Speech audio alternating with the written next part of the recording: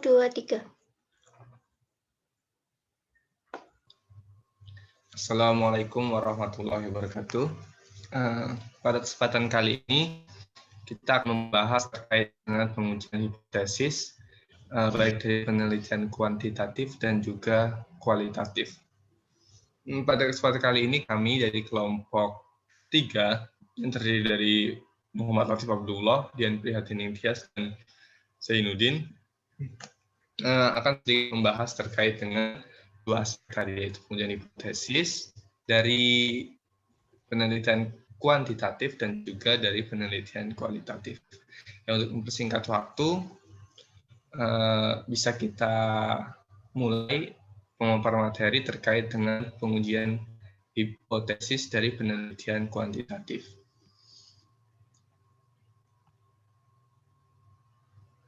Dalam suatu penelitian kuantitatif, itu dalam bab-bab sebelumnya sudah dijelaskan terkait dengan bagaimana menguji suatu penelitian, yang mana kita menggunakan namanya hipotesis atau suatu argumen. Nah, hipotesis itu terdapat dua, ada hipotesis nol dan hipotesis alternatif. Di mana hipotesis nol itu adalah hipotesis yang tidak memiliki hubungan antara variabel independen dan dengan variabel dependennya, atau hipotesis yang tidak diharapkan oleh peneliti. Sedangkan hipotesis alternatif adalah hipotesis yang diharapkan kebenarannya oleh seorang peneliti. Nah, dalam suatu hipotesis itu terdapat jenis kesalahan. Kesalahan yang pertama adalah kesalahan tipe 1, di mana ketika seorang peneliti itu menyimpulkan dia menolak H0, padahal H0 itu adalah benar. Dan kemudian kesalahan tipe 2 terjadi ketika seorang peneliti itu menerima H0, padahal H0 itu salah. Contohnya, dari kesalahan tipe 1, H0-nya itu tidak ada perbedaan antara dua obat flu. Tidak ada perbedaan antara dua obat flu. Tapi seorang peneliti ini, dia menolak H0. Dia menyimpulkan bahwa kedua obat itu berpengaruh berbeda, padahal faktanya tidak ada perbedaan, H0-nya benar, sehingga dia ada kesalahan tipe 1. Kemudian dalam kesalahan tipe 2, itu contohnya misalkan H0-nya tidak ada perbedaan antara dua obat flu, sehingga kesalahan tipe 2 yang dia ambil adalah dia itu menerima H0, padahal faktanya itu terdapat perbedaan antara dua obat flu tersebut. Jadi perbedaan di situ. Kalau misalkan kesalahan tipe 1 itu adalah menolak H0 ketika H0 itu benar, dan kesalahan tipe 2 adalah menerima H0 ketika H0 itu salah. Ya, selanjutnya. Nah, dalam suatu pengujian hipotesis itu kita terdapat langkah-langkah pengujian. Jadi langkah pengujian suatu penelitiannya itu pertama, seorang peneliti harus menetapkan H0 dan HA-nya. Kemudian juga peneliti harus menetapkan taraf signifikansinya atau alfa. Seorang peneliti harus memiliki justifikasi yang mau digunakan. Menggunakan apa 1%, 5%, atau 10%. Menetapkan statistik yang tepat. Menggunakan uji statistik didasarkan sama data yang digunakan, data parametrik, non-parametrik, dan lain sebagainya. Kemudian setelah itu menghitung nilai statistik, baik nilai T dan nilai F, melihat bagaimana hubungan antar variabel tersebut. Setelah itu seorang peneliti bisa menyimpulkan dari hasil tersebut dari uji hipotesisnya. Nah, dalam pengujian hipotesis itu terdapat 3 aspek. Yang pertama ada uji satu arah negatif, uji satu arah positif, dan juga uji dua arah. Ini yang perlu diingat oleh seorang peneliti, bahwa ketika kita meneliti, kita harus ketahui hipotesis yang kita bangun itu adalah hipotesis yang directional, yang secara langsung, atau yang undirectional. Jadi ada dua kan jenis hipotesis. Itu seorang peneliti harus paham terkait itu. Karena nanti implikasinya sangat berbeda. Ketika kita menggunakan menguji satu arah negatif, itu kalau kita lihat gambarnya, si uji T-nya itu seperti gunung, kemudian ada batas di sebelah kiri. Artinya apa? Ketika kita menerima H0, itu terjadi ketika alfanya itu kurang dari nilai signifikannya. Kalau misalkan ketika satu arah positif itu lebih dari nilai signifikannya. Dan kemudian ketika uji dua arah itu dia terdapat dari arah positif atau negatif. Nanti di sini namanya yang kita menggunakan uji hipotesis yang tidak langsung. Ya, selanjutnya. Nah, dari sini kita coba biar lebih gampang memahami, yaitu bagaimana menentukan hipotesis dari hasil regresi. Dalam suatu hasil regresi, output regresi, itu terdapat minimal, itu ada 3 hal yang harus kita amati. Yang pertama, bagaimana kebaikan regresi tersebut.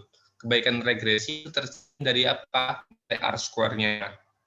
Itu menunjukkan kebaikan regresinya. Bagaimana model yang dibangun oleh seorang peneliti itu mampu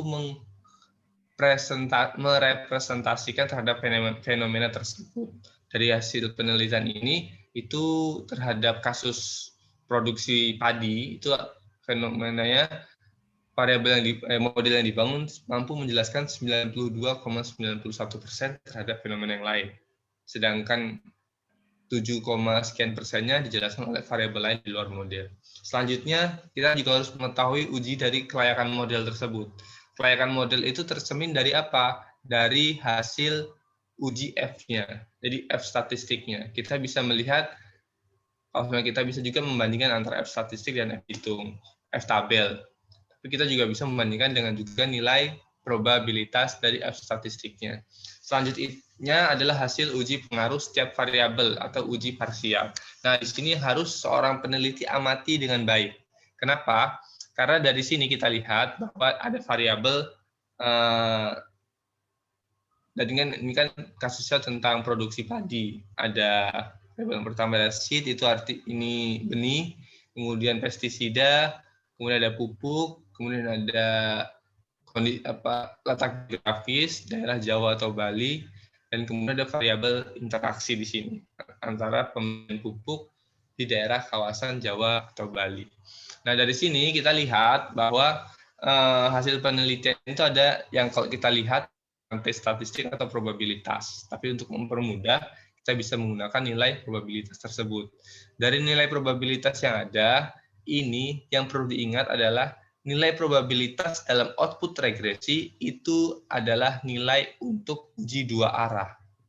Yang uji dua arah. Jadi ketika hipotesis yang dibangun oleh seorang peneliti itu adalah hipotesis satu arah, baik itu arah negatif atau arah positif, maka nilai probabilitas itu harus dibagi dua. Karena ini adalah milik dari uji dua arah. Contoh, seed ya. Seed itu dia nilai probabilitasnya 0,0014. Ketika kita menginterpretasikannya, maka ini harus dibagi dua karena dalam kasus ini seed-nya menggunakan hipotesis satu arah penelitiannya yang dibangun. Bagaimana? Jadi bibit dari padi itu berpengaruh positif terhadap hasil produksi. Nah, kan positif berarti satu arah, maka dia dibagi dua. Jadi nilainya probabilitas dari seed adalah 0,0007. Kurang dari alfa, misalnya alfa 5%, kurang dari 0,05, sehingga berpengaruh positif signifikan terhadap produksi padi. Begitu juga dengan pestisida. Pestisida ini berpengaruh positif terhadap produksi padi. Dengan pemberian pestisida kan, sehingga nilai yang di sini itu bukan 0,5665 karena dia pengaruhnya satu arah, maka harus dibagi dua. Begitu juga dengan seterusnya. Ketika kita menggunakan uji yang dua arah, maka tidak perlu dibagi dua. Yang perlu diingat itu probabilitas adalah nilai yang ditunjukkan terhadap uji dua arah. Sehingga peneliti harus memahami variabel hipotesis yang dibangun itu hipotesis yang directional atau yang undirectional. Itu. Selanjutnya sebelumnya masih yang tadi. Dalam pengujian hasil regresi tadi, output regresi tadi, Mbak. yang perlu kita lihat juga adalah dalam melihat hasil dari regresi, kita juga perlu mengetahui dari hasil hipotesis yang dibangun itu kita harus menetapkan tadi alfanya. Alfa menggunakan 1%, 5%, atau 10%. Kenapa kita harus menetapkan? Karena alfa itu mencerminkan dari tingkat kepercayaan seorang peneliti. Biasanya ketika penelitian itu bersifat kedokteran, ya bersifat eksperimental, biasanya itu menggunakan alfa 1%. Tapi kalau dengan ilmu-ilmu yang sosial menggunakan alfa 5%, bahkan ada juga yang menggunakan alfa 10%. Artinya apa? Misalkan dari 100 kasus, ada 100 kasus, maka 5% dari 100 kasus itu kita tolerir kesalahannya. Begitu juga dengan 1% atau 10%. Semakin kecil tingkat alfa yang digunakan, maka hasil penelitian akan semakin baik atau jauh dari error. Maka dalam suatu persamaan regresi kan dikenal biasanya Y sama dengan plus alfa plus beta plus E, error. Nah, error itulah melambangkan satu kebiasaan dalam hasil penelitian. Karena hasil penelitian yang kita bangun tidak 100% hasilnya itu sesuai dengan fenomena yang ada, tetapi kita berusaha sebaik mungkin bagaimana fenomena yang ada kita representasikan dari model yang kita bangun agar tidak terlalu jauh. Nah, setelah kita mengetahui itu, kita baru bisa mengetahui kesimpulan dari hipotesis tersebut. Hipotesis ditolak atau diterima. Nah, yang perlu diingat lagi, hipotesis yang dibangun oleh seorang peneliti yang diharapkan adalah hipotesis. Nah, sehingga dalam menentukan hasil hipotesis regresi, dalam membangun hipotesis, itu kembali lagi ke materi sebelumnya, kita harus merujuk kepada apa? Teori, penelitian terdahulu, dan juga data-data yang ada. Sehingga kita bisa mengetahui arahnya bagaimana, pengaruhnya bagaimana, dan kita bisa merepresentasikan hasil penelitian kita dengan baik dan benar, sehingga menghindari dari bias tadi. Nah, dari pengujian hipotesis seperti itu, selanjutnya akan dilanjut bagaimana dengan pengujian penelitian terkait dengan data kualitatif yang dilanjutkan oleh saudari Dian. Untuk selanjutnya, analisis data kualitatif. Analisis data kualitatif itu dapat berasal dari berbagai macam sumber, baik sumber primer maupun sumber sekunder. Seperti contohnya, ketika teknik wawancara, ada transkrip kelompok fokus, itu termasuk sumber data primer, kemudian jawaban pertanyaan terbuka itu juga primer, kemudian transkrip rekaman video ketika wawancara itu juga data primer. Sedangkan untuk sumber data sekunder bisa jadi laporan pengalaman konsumen terhadap suatu produk di internet, kemudian ada artikel berita, ada jurnal juga, dan lain sebagainya. Nah, dalam analisis data kualitatif itu ada sebenarnya nggak hanya wawancara, tapi juga bisa observasi, kemudian ada juga studi dokumentasi. Nah, kalau observasi itu peneliti melakukan pengamatan secara terstruktur ya, maupun tidak struktur dan semi terstruktur. Sedangkan untuk satunya itu juga bisa dengan studi dokumentasi dengan hanya melihat dari sumber data primer, sumber data sekunder saja. Selanjutnya tahap setelah kita mengumpulkan seluruh informasi, kita melakukan reduksi data, yaitu menyederhanakan dan membuang data yang tidak perlu, sehingga data tersebut dapat menghasilkan informasi yang bermakna dan mudah dalam menarik kesimpulan nantinya. Karena kan di data kualitatif itu banyak ya datanya dari berbagai sumber. Nah, langkah selanjutnya itu menajamkan analisis. melakukan interpretasi eh, dari jawaban dari uraian-uraian yang telah diberikan oleh informan. Kemudian kita membuang yang tidak perlu dan mengorganisasikan data sehingga dapat ditarik dan diverifikasi.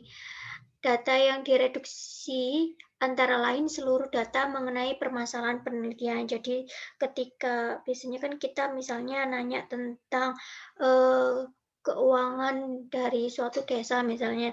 Nah, pasti kan jawabannya ketika jawaban dari informan melenceng dari itu, nah kita saring lagi mana data yang sekiranya tidak diperlukan. Intinya kita menyaring, misal kita menanyakan tentang kas suatu daerah, maka kita akan berfokus mengenai permasalahan di dalam penelitian, yaitu tentang kas suatu daerah tersebut.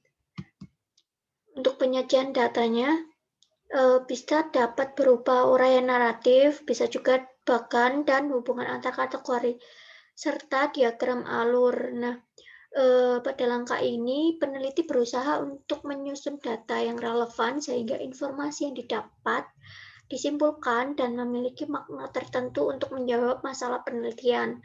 Untuk memudahkan, biasanya dibentuk bagan atau diagram alur ya, seperti berikut ini contohnya dari penyajian data berupa bagan. Di sini ada subkategori.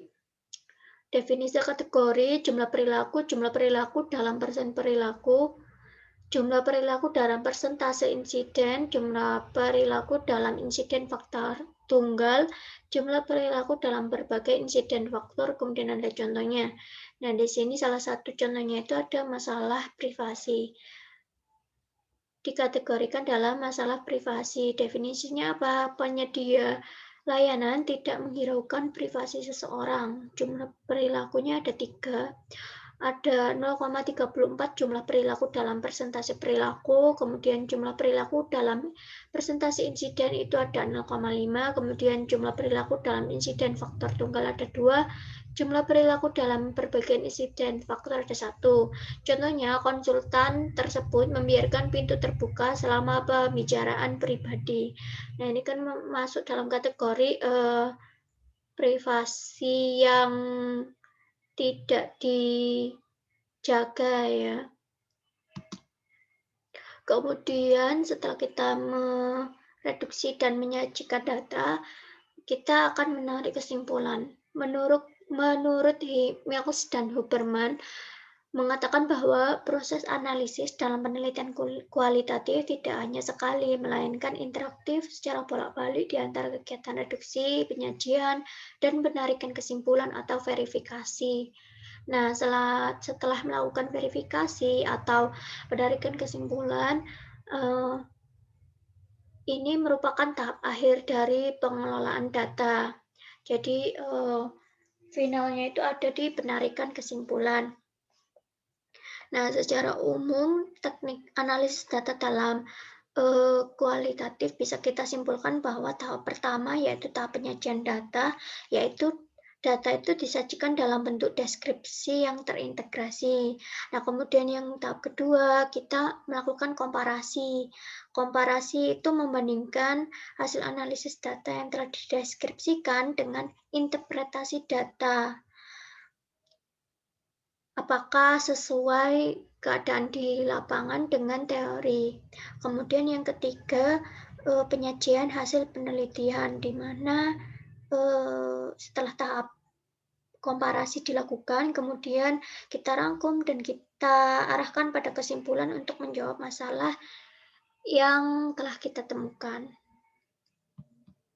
Mungkin sekian dari kami. Kurang lebihnya mohon maaf. Terima kasih. Wassalamualaikum warahmatullahi wabarakatuh.